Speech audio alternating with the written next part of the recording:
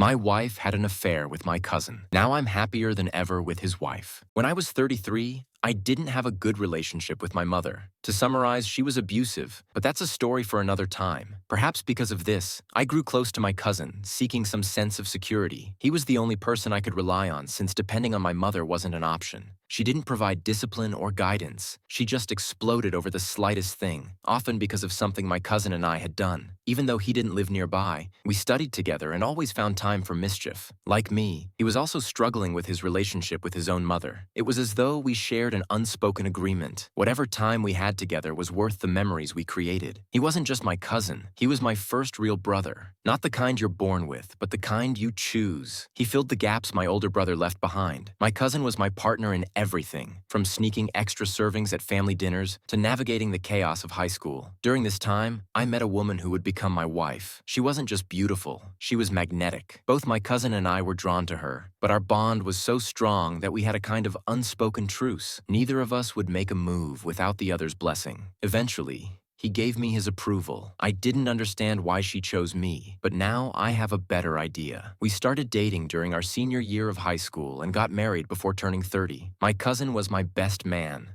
and I truly believed I had the perfect life, the woman of my dreams, my best friend by my side, and a family dynamic that others envied. But, as life often does, everything fell apart. We moved into a modest house, and my cousin lived in a neighboring city. Despite this, he was always around. Weekends were filled with barbecues, soccer games, and beers on the porch. We did everything together. Over time, though, I began to notice that my wife and my cousin were becoming unusually close. It's hard to explain, but something felt off. Subtle glances, private jokes I didn't understand, and an odd silence whenever I walked into a room, as if I had interrupted a conversation about me. I tried to ignore these feelings, convincing myself it was normal since we had all grown up together. As time passed, those feelings faded, especially after my cousin married a beautiful and successful woman named Maria. With his new commitments, he visited less often, and when he did, it was always with his wife. Meanwhile, my routine included meeting up with a group of neighborhood friends every Wednesday and Saturday. It was nothing special, just some exercise, casual chats, and relaxation. One rainy Wednesday,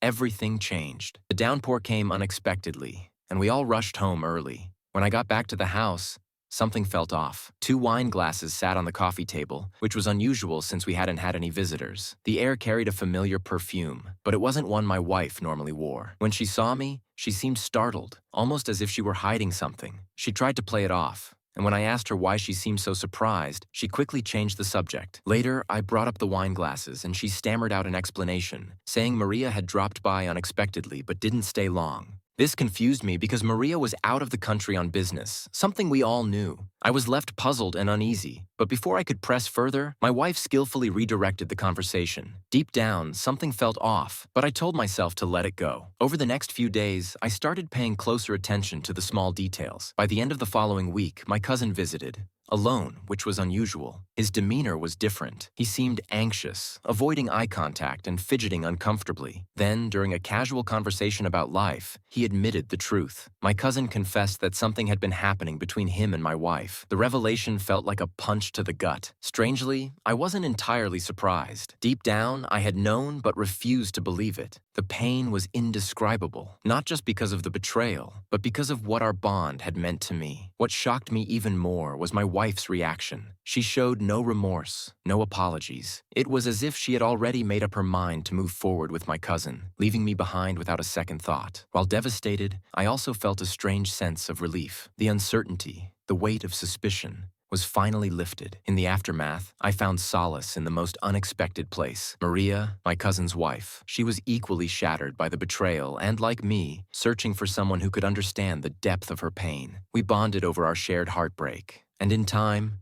our connection grew stronger. What began as mutual consolation slowly blossomed into something more genuine and fulfilling than I ever could have imagined. Initially, I could hardly believe the path my life had taken. Maria became my anchor, someone I could trust and confide in. We both tread carefully, knowing the wounds from our past would take time to heal. Yet, in her, I found not just understanding, but hope for a better future. Our relationship unfolded naturally, without pressure, and for the first time in years, I felt genuinely happy. Still, I couldn't shake the lingering questions about my past. Had my wife's betrayal begun before or after our marriage?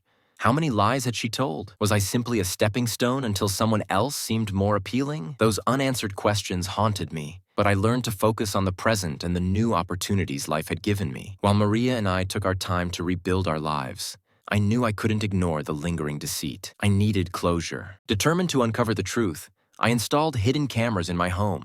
Not out of paranoia, but to confirm what my instincts had already told me. It didn't take long for my suspicions to be validated. The recordings showed my cousin visiting my wife when I wasn't home.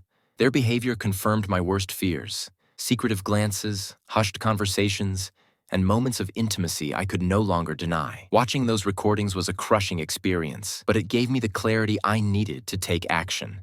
My cousin and my wife had turned my life into a web of lies, but now I had the power to unravel it. I reached out to Maria, knowing she deserved to see the truth as much as I did. Together, we reviewed the evidence, and while it was painful, it solidified our resolve. Maria confided that my cousin had been pressuring her to transfer more shares of her business into his name. She had been hesitant, but his persistence made her suspicious. Now, with the full picture, she realized his manipulations extended beyond their marriage. Maria was determined not to let him take advantage of her any longer. Maria and I devised a plan. She decided to confront my cousin, but did so strategically. With her legal team's support, she presented him with a choice. He could walk away with a modest settlement if he agreed to a divorce quietly and without contesting her terms. If he refused, she would expose everything, including his betrayal and financial schemes. Predictably, his greed got the better of him, and he accepted the deal. He thought he could salvage his reputation, but Maria ensured he left with far less than he had hoped. Meanwhile,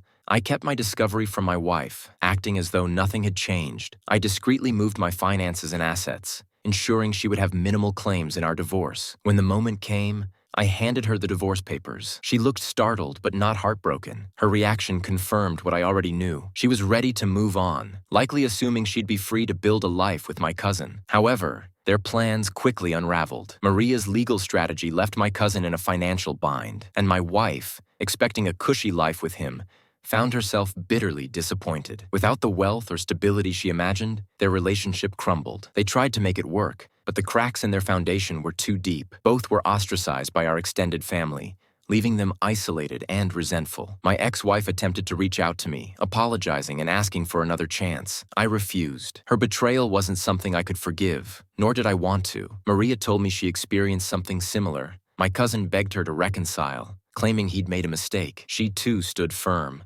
knowing their connection was irreparably broken. In the chaos of all this, Maria and I found something unexpected, a bond that grew stronger each day. We supported each other through the darkest moments, finding solace and joy in one another's company. What started as shared pain evolved into genuine companionship. We decided to take things slow, agreeing not to rush into anything but savor the natural progression of our relationship. Looking back, it's hard to believe the path my life has taken. The betrayal of the two people I trusted most was devastating, but it led me to something far better. Maria and I are rebuilding our lives together, focusing on creating something lasting and genuine. I've learned that even in the darkest times, there's a chance for new beginnings. What started as heartbreak has transformed into happiness I never thought I'd find. In the end, the betrayal didn't break me, it freed me. I'm no longer weighed down by doubt, lies, or toxic relationships. Instead, I'm moving forward with someone who values honesty and trust as much as I do. Together, Maria and I are crafting a future that, while unexpected,